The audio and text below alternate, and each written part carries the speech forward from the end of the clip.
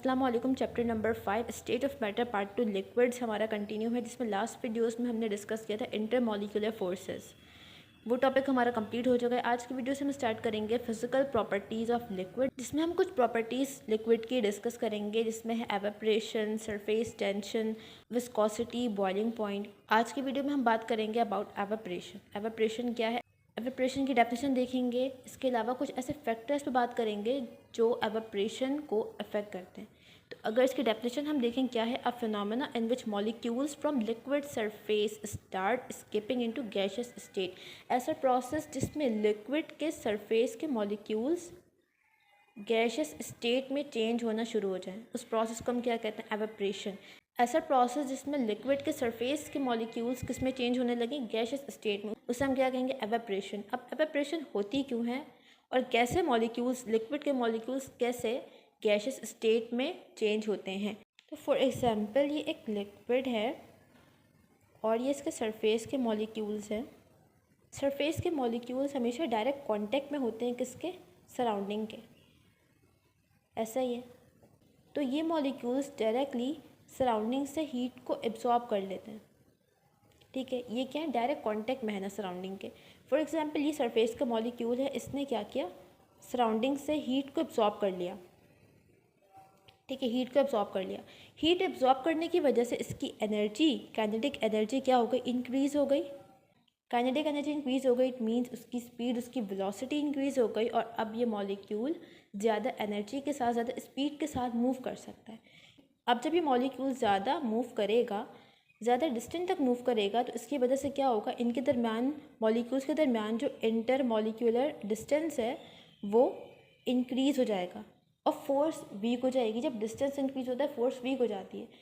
तो जब इसकी फोर्स वीक हो जाएगी तो ये मॉलिक्यूल यहाँ से स्केप कर जाएगा और किस में चेंज हो जाएगा, गैसियस स्टेट में, ठीक है। इसी तरह से सरफेस के तमाम मॉलिक्यूल के साथ होगा कि तमाम मॉलिक्यूल सराउंडिंग से, क्योंकि डायरेक्ट कांटेक्ट में है, ये हीट एनर्जी को एब्जॉर्ब करेगा, इसकी एनर्जी, काइनेटिक एनर्जी इंक्रीज़ हो जाएगी। काइनेटिक एनर्जी ज़्यादा होने की वजह से इनकी मूवमेंट ज़्यादा हो जाएगी, जिसकी वजह से ये मॉलिक्यूल्स क्लोज नहीं रहेंगे, और क्लोज ना रहने की वजह से इनका इंटरमॉलिक्यूलर डिस्टेंस बढ़ जाएगा, जिसकी वजह से फोर्स, इंटरमॉलिक्यूलर फोर्स वीक हो जाएगी। और जब डिस्टेंस बढ़ जाता है, फोर्स कम हो जाती है, तो कौन सी स्टेट बन जाती है, मैटर की गैसियस स्टेट। तो इस तरह से जो सरफेस के मॉलिक्यूल्स हैं वो लिक्विड स्टेट से गैसियस स्टेट में चेंज हो जाते हैं। इस प्रोसेस को हम क्या कहते हैं, एवेपोरेशन। एवेपोरेशन एक सरफेस फिनोमेना है, मतलब ये सिर्फ लिक्विड के सरफेस पे होगा, सरफेस के मॉलिक्यूल्स के साथ होगा। फिर जब ये मॉलिक्यूल्स एस्केप कर जाएंगे तो फिर दूसरे मॉलिक्यूल सरफेस पे आ जाएंगे, फिर ये उनके साथ ऐसा होगा। तो इस तरह से ये जो एवेपोरेशन का प्रोसेस है ये सरफेस मॉलिक्यूल्स के साथ होता है। उसके बाद है एट एनी टेम्परेचर। एवेपोरेशन के लिए हमें कोई ख़ास टेम्परेचर नहीं चाहिए कि इसी स्पेसिफिक टेम्परेचर पे जाके एवेपोरेशन का प्रोसेस होगा, बल्कि एवेपोरेशन का प्रोसेस किसी भी टेम्परेचर पे हो सकता है, इनफैक्ट रूम टेम्परेचर पे भी हो सकता है, ठीक है। इसके बाद है endothermic process. Endothermic means, endo means inside, therm heat. ऐसा प्रोसेस जिसमें हमें हीट देनी हो, जिसमें हीट इन्वॉल्व हो, हीट ऐड हो रही हो, उस प्रोसेस को हम कहते हैं एंडोथर्मिक प्रोसेस। तो एवेपोरेशन में क्योंकि मॉलिक्यूल सराउंडिंग से हीट को एब्जॉर्ब कर रहे हैं, इसीलिए एवेपोरेशन का प्रोसेस एक एंडोथर्मिक प्रोसेस है, इसमें हीट इन्वॉल्व है, इसमें हीट ऐड हो रही है। नेक्स्ट है कूलिंग प्रोसेस। अब इसको समझते हैं कि एवेपोरेशन एक कूलिंग प्रोसेस क्यों है। देखो, जब सरफेस के मॉलिक्यूल्स के पास काइनेटिक एनर्जी बहुत ज़्यादा है, ठीक है, तो ओवरऑल जो सैंपल है उसका टेम्परेचर क्या हो जाएगा, क्योंकि मॉलिक्यूल्स ने हीट एनर्जी एब्जॉर्ब की है, टेम्परेचर ज़्यादा हो जाएगा। पर जब ये मॉलिक्यूल जिनकी एनर्जी ज़्यादा है ये एस्केप करेंगे, ठीक है, तो क्या होगा, क्योंकि हाई एनर्जी मॉलिक्यूल्स अब लिक्विड सैंपल से निकल चुके हैं, इसकी वजह से जो ओवरऑल सैंपल का टेम्परेचर है ये कम हो जाएगा, डिक्रीज़ हो जाएगा, क्योंकि जो हाई एनर्जी के मॉलिक्यूल्स थे वो गैसियस स्टेट में कन्वर्ट हो चुके हैं। तो ओवरऑल लिक्विड का टेम्परेचर कम हो जाएगा, इसीलिए एवेपोरेशन एक कूलिंग प्रोसेस है। बुक में एक एग्जांपल दी हुई है इथेनॉल की, एक तरह का अल्कोहल है, ठीक है। ये अक्सर सैनिटाइज़र वगैरह में यूज़ होता है। जब हम लगाते हैं सैनिटाइज़र तो क्या होता है, कूलिंग इफेक्ट आता है। ऐसा क्यों होता है, क्योंकि एथेनॉल एक ऐसा कंपाउंड है जो वोलेटाइल है, ठीक है। इसमें जो एवेपोरेशन है वो बहुत जल्दी होती है। तो जब एथेनॉल के हाई एनर्जी के मॉलिक्यूल्स एस्केप कर जाते हैं तो ओवरऑल टेम्परेचर कम हो जाता है, जिसकी वजह से हमें कूलिंग इफेक्ट फील होता है। इसीलिए एवापोरेशन को हम क्या कहते हैं, कूलिंग प्रोसेस। नाउ हम बात कर रहे हैं कुछ ऐसे फैक्टर्स जो एवापोरेशन के रेट को अफेक्ट करते हैं। फर्स्ट है सरफेस एरिया, कि लिक्विड का सरफेस एरिया कितना है, कितना पार्ट लिक्विड का एक्सपोज है और सराउंडिंग से कांटेक्ट में है। फॉर एग्जांपल एक लिक्विड को हमने इस तरह के कंटेनर में डाला है, ठीक है, ये लिक्विड का सरफेस है, और एक हमने कंटेनर लिया है इस तरह का, इसमें हमने लिक्विड डाला। तो अब यहाँ पर जो फर्स्ट कंटेनर है इसमें जो लिक्विड है इसका सरफेस एरिया ज़्यादा है, क्योंकि इसका इतना पार्ट सराउंडिंग से कांटेक्ट में है, तो इसका सरफेस एरिया क्या है, ज़्यादा। जबकि सेकंड जो हमने सैंपल लिया है इसका इतना पार्ट एक्सपोज और सराउंडिंग से कांटेक्ट में है, तो इसका सरफेस एरिया इसके मुकाबले में कम है। तो यहाँ पे फर्स्ट केस में ज़्यादा मॉलिक्यूल्स सरफेस के एनर्जी को एब्जॉर्ब कर सकते हैं एनवायरनमेंट से, और ज़्यादा जल्दी या ज़्यादा तेज़ एवापोरेशन का प्रोसेस हो सकता है। तो इससे हमें क्या समझ आता है कि सरफेस एरिया और रेट ऑफ एवापोरेशन इसका डायरेक्ट रिलेशन है। सरफेस एरिया अगर हम इंक्रीज़ कर देंगे तो रेट ऑफ एवापोरेशन इंक्रीज़ हो जाएगा, ज़्यादा जल्दी एवापोरेशन का प्रोसेस होगा। और जब सरफेस एरिया कम है तो क्योंकि कम मॉलिक्यूल्स एनर्जी एब्जॉर्ब कर रहे हैं तो एवापोरेशन का प्रोसेस स्लो हो जाएगा। नेक्स्ट फैक्टर है इंटरमॉलिक्यूलर फोर्स, कि मॉलिक्यूल्स के दरमियान फोर्सेस कैसी हैं। अगर फोर्सेस स्ट्रॉन्ग होगी, ठीक है, दो मॉलिक्यूल्स हैं, इनके दरमियान जो फोर्स है वो स्ट्रॉन्ग है, तो मॉलिक्यूल्स जो सरफेस के मॉलिक्यूल्स हैं ये अट्रैक्टेड रहेंगे दूसरे मॉलिक्यूल से, जिसकी वजह से ये मॉलिक्यूल इतना इजीली एस्केप नहीं कर सकेगा और गैसियस स्टेट में चेंज नहीं हो सकेगा।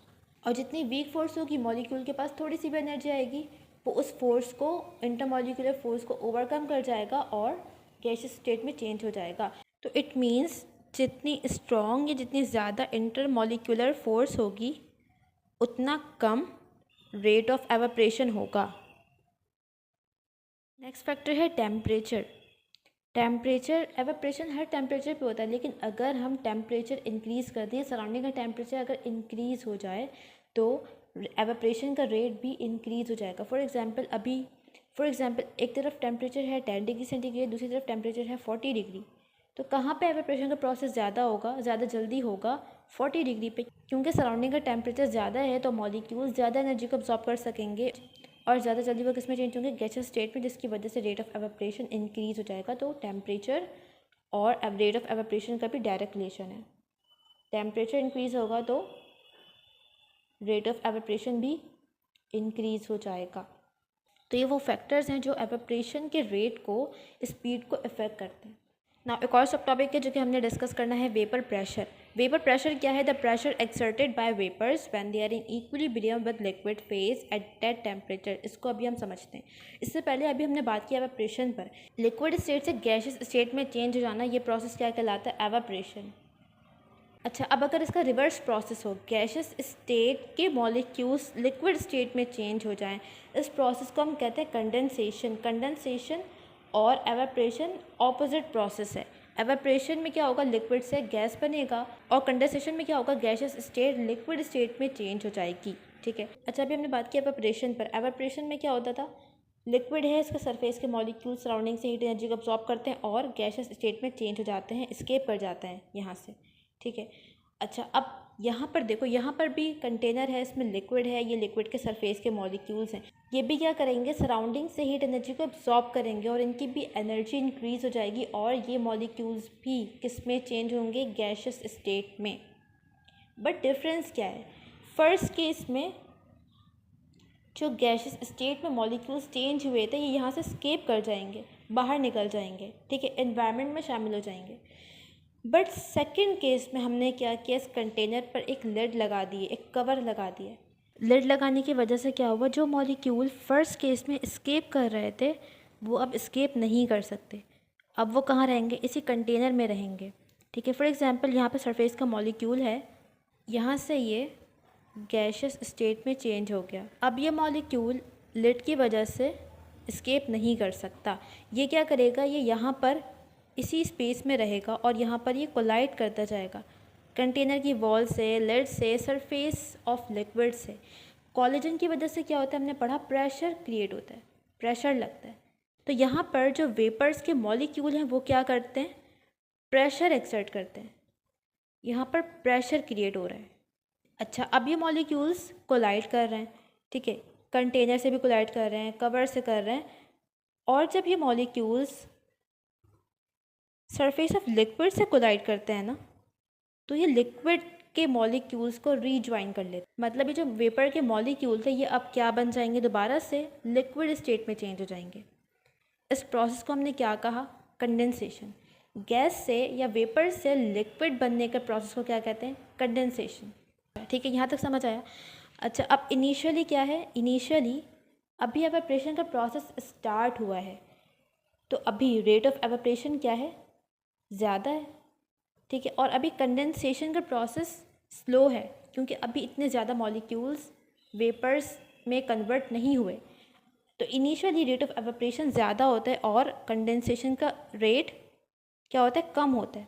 बट स्लोली जब मॉलिक्यूल्स एवापोरेट हो रहे हैं और वेपर्स में चेंज हो रहे हैं, तो स्लोली क्या होता है, कंडेंसेशन का रेट भी इंक्रीज़ होना शुरू हो जाता है क्योंकि अब ज़्यादा मॉलिक्यूल्स वेपर्स में चेंज हो चुके हैं।